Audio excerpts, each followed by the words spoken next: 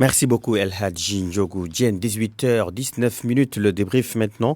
Nous sommes en ligne avec Birahim Seck, bonsoir. Bonsoir Amar. Vous êtes le coordonnateur général du Forum civil. Quelle est votre lecture de ces déballages publics entre des responsables politiques au pouvoir, des parlementaires, sur la cession des intrants destinés au monde rural? Oui, merci beaucoup Amar. Je vous en prie. Déjà au mois d'octobre 2000. Oui, on vous entend très mal, Birahim. Est-ce que vous pouvez Allô? élever un peu la voix? Allez-y, Allô? merci. Vous Oui, m'entendez? oui, nous vous entendons. Allez-y. Oui, je disais que déjà en octobre 2018, le Forum civil avait alerté sur la situation de la distribution des semences, des intrants, mais également de matériel agricole. Ce que nous avait poussé à se déplacer au niveau du bassin arachidier et à réunir non seulement des cultivateurs, des producteurs, mais également nos sections de Boulel, de Mirkilan, de Kafrine, Malem Odar, Koungheul, Fatick, Kaolack, Guinguinéo, Kawol, mais également Gossas, pour discuter avec eux sur la véracité des informations qui nous parvenaient sur la situation quand même assez inquiétante du monde rural. Et au sortir de cette rencontre,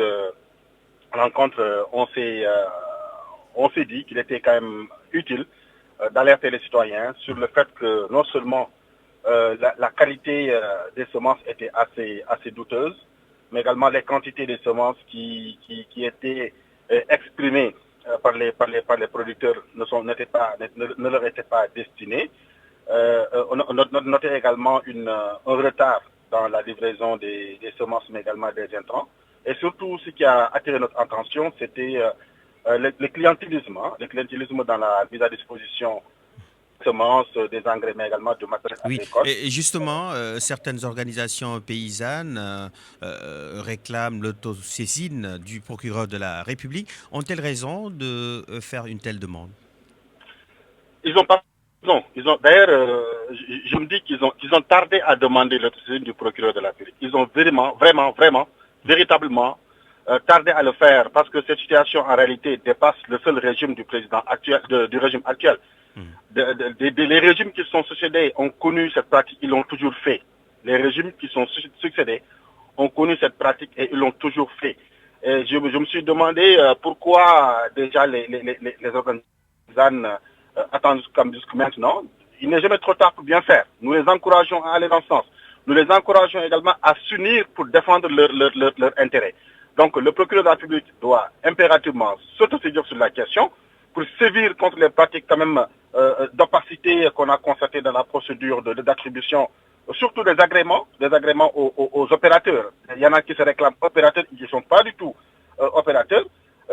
Donc c'est un impératif. Mais également, je pense qu'aujourd'hui, le président de la République dispose de toutes les données en matière de semences, en matière de distribution d'intrants, mais également de matériel agricole, non seulement au niveau du ministère de l'Agriculture, mais également, rappelez-vous, en tout cas une semaine ou quelques semaines après la sortie de l'organisation, je pense que des mesures ont été prises en Conseil des ministres allant dans le sens de demander, enfin le président public, de demander au ministre en charge de l'Agriculture de lui faire un rapport hebdomadaire sur la situation du monde rural. Je pense qu'aujourd'hui, le président dispose de toutes les données et s'il le voulait impérativement, il pourrait déjà prendre des mesures à l'endroit également des contrevenants, à l'endroit également de ceux qui ont pris les semences, mais également les engrais et également les matériels agricoles alors qu'ils ne sont pas des cultivateurs. Autrement dit, nous continuons à demander fondamentalement, au-delà des sanctions que doit prendre le président de la République, mais également le procureur de la République, qu'il y ait une publication de la liste des gros producteurs, parce que ça, en réalité, est le véritable problème. Et qu'il y ait une publication de la liste des gros producteurs, mais également on se rappelle déjà dans la déclaration de politique générale de l'ancien Premier ministre Mohamed Boun Abdallah Dionne, il nous avait informé que en termes de semences, en termes de subventions, en termes d'achat de matériel agricole, que l'État du Sénégal avait injecté 302 plus 78 milliards de francs CFA. Au total, 380 milliards. Je parle de 2017. Sans compter également de ce qui a été injecté en 2018, mais également ce qui a été injecté dans la campagne 2019. Donc, au moment où les populations sont en train de crever sous le coup également de la cherté de la vie, au moment également où les populations rurales peinent à trouver également acheteurs ou bien acheteurs également de leurs graines, on est en face d'une élite qui est en train de piller, comme il le souhaite, l'argent du contribuable à travers l'acquisition de semences, mais également de marques agricoles. Et ce qui doit cesser, ce qui doit impérativement cesser, parce que les populations également ont besoin de ces ressources-là pour que l'électricité baisse, pour que également l'eau, le prix de l'eau également puisse baisser. Voilà, merci beaucoup Birahim Seck. C'est moi qui vous remercie, Amar. Je rappelle que vous êtes le coordonnateur général du Forum civil. 18h25, c'est la fin de cette édition.